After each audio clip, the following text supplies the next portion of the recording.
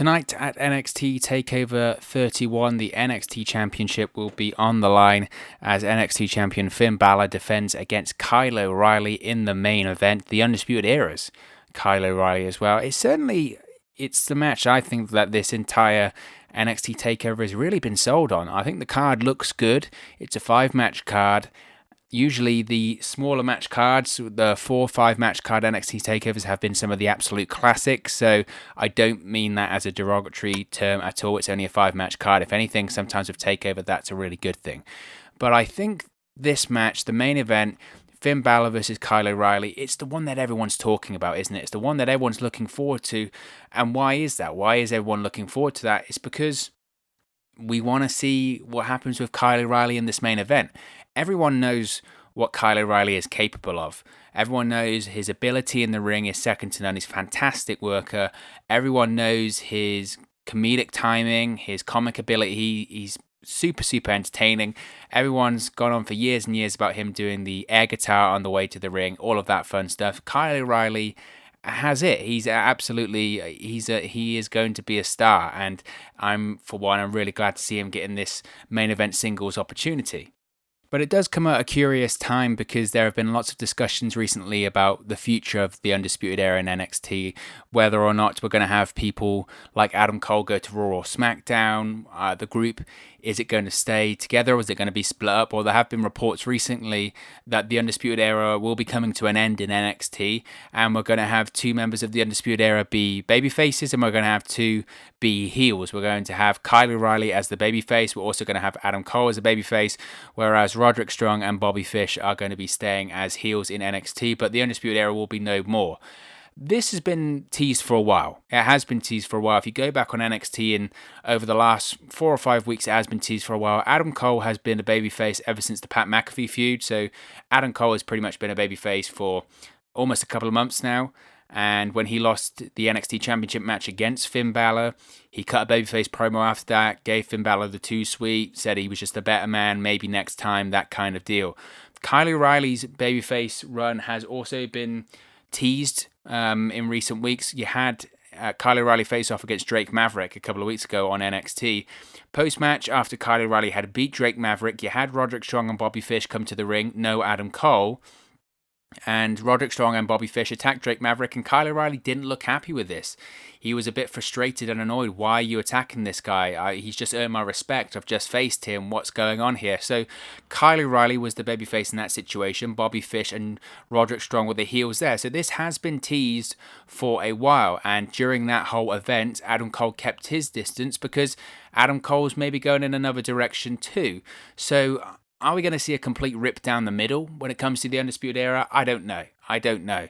It looks like we could see that. The thing I will say about any of these reports is that you need to take them with a pinch of salt. There's been a couple of reports recently when it comes to WWE things, and I'm not going to name anyone in particular, but there have been a couple of reports recently where they have missed the mark, and I think WWE, look, they are leakier than a sieve when it comes to information coming to wrestling journalists and wrestling websites. WWE are just the worst. And I do think, though, when it comes to certain things, they do have a slight control on information flow. And by that, I mean put it this way, and I said I was going to mention names, but I'll mention Mike Johnson, right? Mike Johnson, a couple of weeks ago, he reported that Melina had re-signed with WWE. She was going to be appearing on WWE TV imminently. That didn't happen. Melina came out straight afterwards, said, nope, not happening. And we haven't seen Melina on WWE TV since. So, and I don't mean that to throw shade at Mike or at PW Insider or anything like that. They're a very, very reputable website. He's a very, very reputable journalist. He's been in the wrestling journalism industry for a long, long time, has broken many, many stories, and does a fantastic job.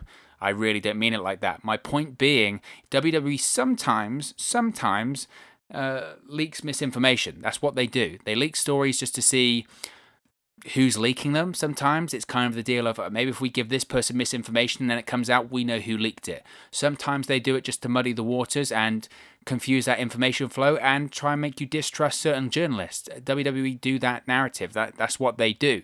So the idea that just because the reports have come out that Adam Cole and Kyle O'Reilly are going to be baby faces, where Roderick Strong and Bobby Fish are going to be heels. That's not set in stone. That's not set in stone. So while the reports are interesting, it's not set in stone.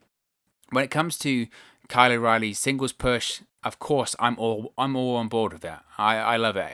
I'm a huge fan of Kyle O'Reilly, and this goes back to his work in Ring of Honor.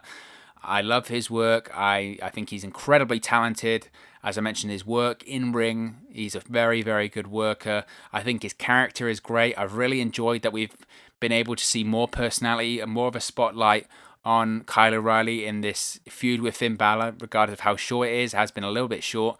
But as I mentioned earlier on in the video, he's got great comedic timing. He's incredibly likable. And I think he has all the hallmarks for a great babyface, a great underneath babyface that fights against a heel champion. I think he will absolutely steal the show tonight. I have no doubts about that. And when it comes to the outcome for tonight, I think, first of all, I think it's important we talk about Finn Balor. What's interesting about all of this is, I mentioned about the NXT TakeOver, everyone's talking about Kyle O'Reilly because everyone wants to see what Kyle O'Reilly is doing. I think what people aren't really talking about is Finn Balor. This is Finn Balor's first NXT Championship defense, his first NXT Championship defense on an NXT TakeOver. It's kind of a return to the throne for Finn Balor.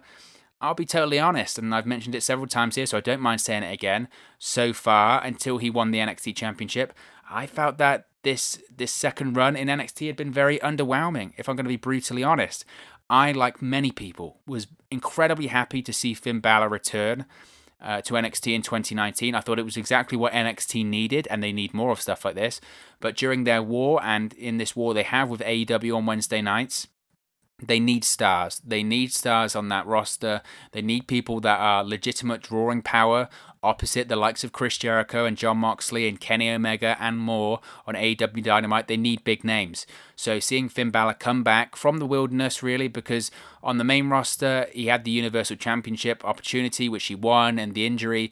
Ever since that shoulder injury, he never was the same in terms of his booking. He still had good matches and was solid in the ring, but he never felt the same because I don't think Vince McMahon fully trusted him after that. He'd missed it. He'd missed his opportunity.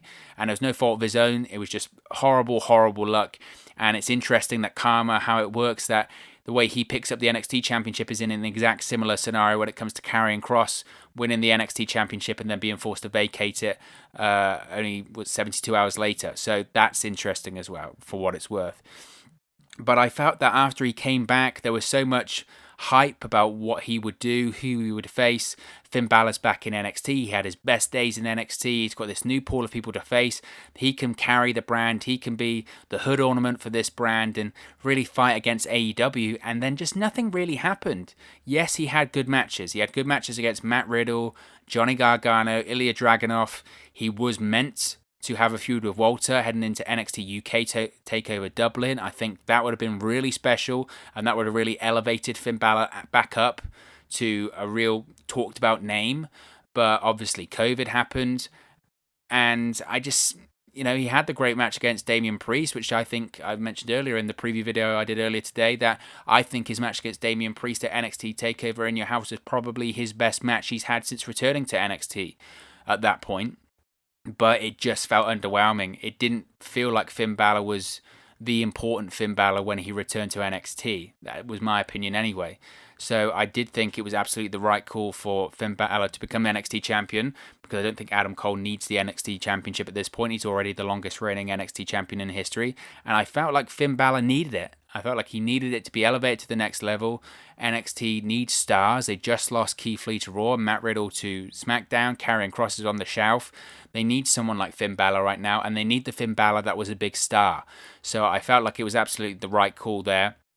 But the problem is once again, heading into his first NXT Championship defense, since he won the title back, heading into that NXT TakeOver match, people aren't talking about him. People aren't talking about Finn Balor. People are talking, and I would argue rightfully so, about Kyle O'Reilly. Because wrestling fans Look, we do love the old, and we do love heritage, and we do love a throwback, but we also love new. I think it's a fact. Any professional wrestling fan, they all want to know who the next big star is, and they want to know who they are first. Oh yeah, I saw them first. I predicted that this person was going to be great first. It's the same with news. Every wrestling fan, every wrestling journalist wants to be first. That's why there's spoilers. That's why there's anything out there. That's just not really a wrestling thing, to be honest. That's just a life thing in 2020. Everyone wants to be first. So everyone wants to know what's next. Everyone wants to see who's going to be the next big thing, or who they support hasn't got their opportunity and they want to see get that opportunity. That's Kyle O'Reilly. So in this feud so far, no matter how brief it has been, people, and this is just a fact, people have been talking more about Kyle O'Reilly. Finn Balor's almost an afterthought at this point. Support for Wrestle News 365 is brought to you by Manscaped, who is the best in men's below-the-waist grooming. Manscaped offers precision-engineered tools for your family jewels. Now, Manscaped, for all of my UK fans out there, Manscaped just launched in the UK. Over here in the United Kingdom, we have gone for years and years and years without using the right tools for the job. But now you can be one of the first men in England to experience their life-changing product. But it's not just limited to all of the great fans over here in the UK. This offer goes worldwide, so all of my friends over in America and around the world that are listening to this offer still does apply for you. You can still use our code. But I've got to tell you a quick story first. Now, there have been so many times, right? I'm a guy. You gotta groom down there, fellas, right? That's the most important thing. You gotta keep yourself trimmed. You gotta keep yourself proper.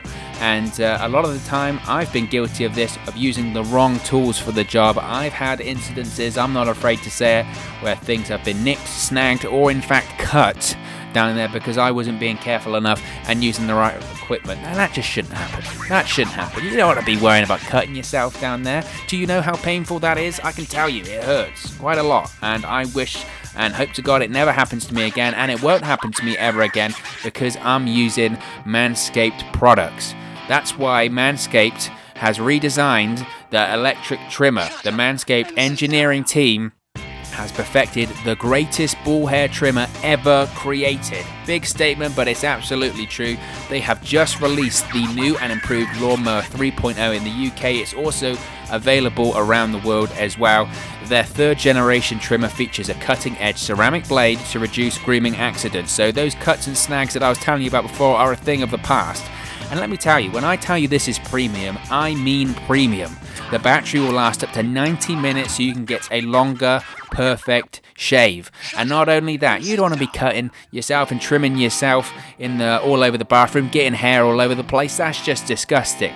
The lawnmower has a waterproof technology that allows you to groom in the shower, so no more mess. And one of the coolest features, one of my favorite features about the lawnmower is the LED light which illuminates grooming areas for a closer and more precise trimming experience. So you can shave longer, you can shave more precisely, and you can shave in the shower. What more did I need to tell you?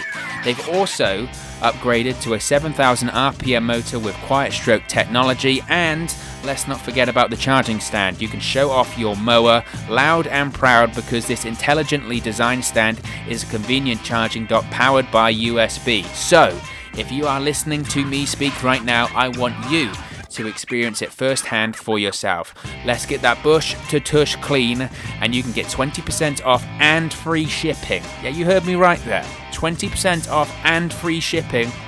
All you have to do is use the code 365wrestle at manscaped.com.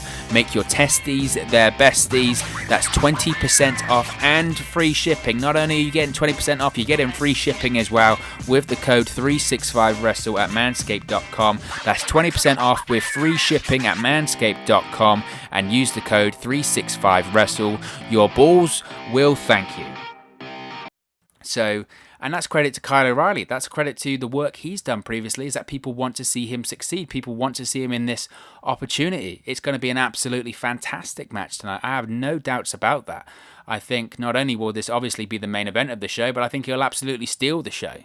If they get 30 plus minutes, which I think they will, considering it's a 5-match card, this could be really, really special, and that's good for Finn Balor to really, again, help elevate him, but this is all about Kyle O'Reilly. This is all about Kyle O'Reilly. This is about proving that he can be on the main event stage, proving that he can be a single star on the main event stage, and proving that he's not just a tag team guy. Kyle O'Reilly is a sensational wrestler. He's an absolutely sensational wrestler, so there's pressure in all different facets of this. Kyle O'Reilly obviously wants to make a big impression in his main event debut, but Finn Balor also wants to make an impression of, I'm back, I'm the NXT champion, I'm in the main event of TakeOver once again, let's get back to where we were at. Let's get back to the Finn Balor that everyone was excited to see heading to the main roster in 2016 because of the work he did in NXT.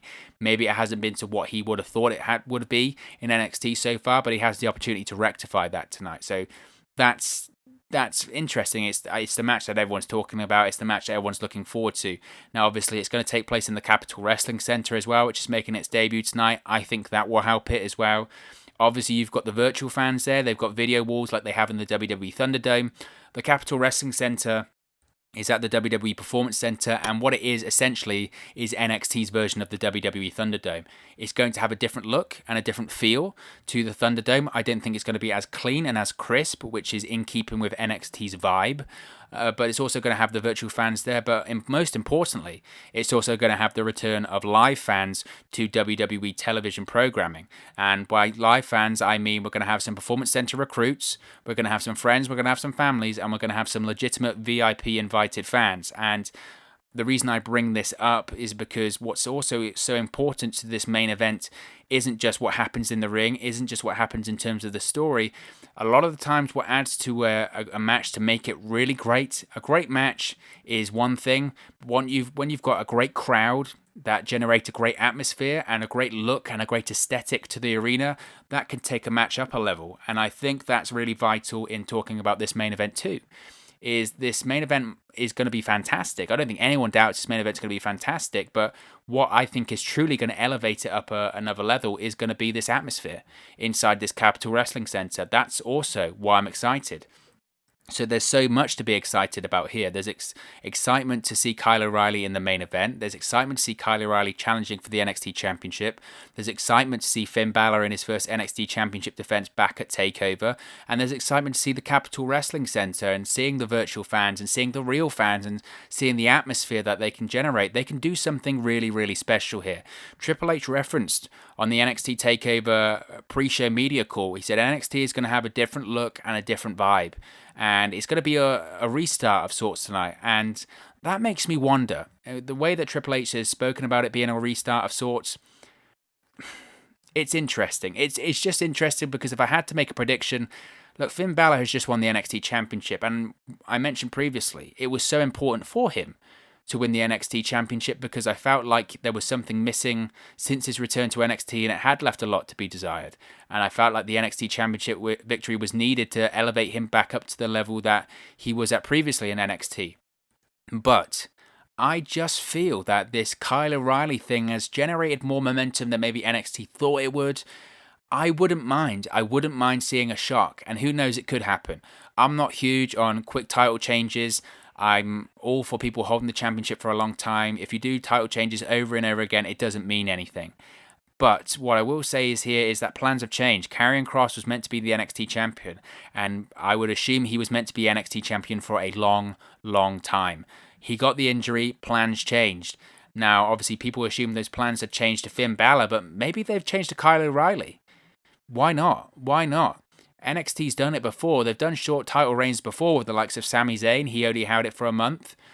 Johnny Gargano only held it for about a month as well. So it's not out of the realm of possibility that we couldn't see Kyle O'Reilly to win tonight. If I had to pick, I do think Finn Balor will win, but I wouldn't rule it out. I wouldn't rule it out yet.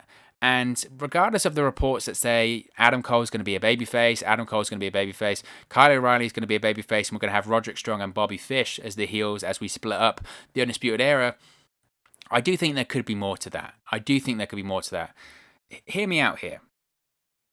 Adam Cole, he faced Finn Balor a few weeks ago on NXT for the NXT Championship. He lost. He couldn't beat Finn Balor. He tried everything. I think he hit him with the last shot. He hit him with everything. He couldn't beat Finn Balor. He didn't win the NXT Championship match. After the match, he cuts a babyface promo. Finn Balor was the better man. I didn't do enough to beat him. I couldn't beat him tonight. What happens if Kyle O'Reilly is the better man? Adam Cole said he wasn't the better man on that night, but what if Kyle O'Reilly is the better man tonight? What if Kyle O'Reilly can do what Adam Cole couldn't do, and that's beat Finn Balor to become the NXT champion and win the NXT championship. Adam Cole, he's meant to be this babyface. He was saying on NXT this week that he's going to back Kyle O'Reilly and support Kyle O'Reilly and doubt Kyle O'Reilly at your peril and all of this kind of stuff. But what happens if, even though he said that, once he sees Kyle O'Reilly defeat Finn Balor and do something he couldn't do, what if it eats him up inside? What if Adam Cole is furious and jealous that how dare an Undisputed Era underling beat Finn Balor when he couldn't? And then he absolutely snaps and just attacks Kyle O'Reilly. He does a full Triple H on Randy Orton. Maybe the following episode of NXT, they're celebrating, gives it the thumbs down, and bang. You know, Triple H does run NXT. I don't think he'd be opposed to doing a bit of a throwback like that. It'd be a Triple H angle. And I could see it happening. The reason I say that is because we've had the reports. Because we've had the reports of Adam Cole is definitely going to be a babyface. It just makes you think of maybe that information was put out there to put people off. You know, people would expect the Undisputed Era to turn on Kyle O'Reilly if he wins the NXT Championship. But now that we've had these reports of, oh no, we're going to split down the middle and Adam Cole is going to be a babyface, maybe that's what they want us to think. And I know I probably sound like a complete conspiracy theory nut when I say this, but I think it's possible. And I think it's a scenario that's worth considering. Now, as I mentioned, the reports are suggesting that won't happen, and I do think that Finn Balor will retain tonight. If I'm going to be brutally honest, I do think Finn Balor will retain.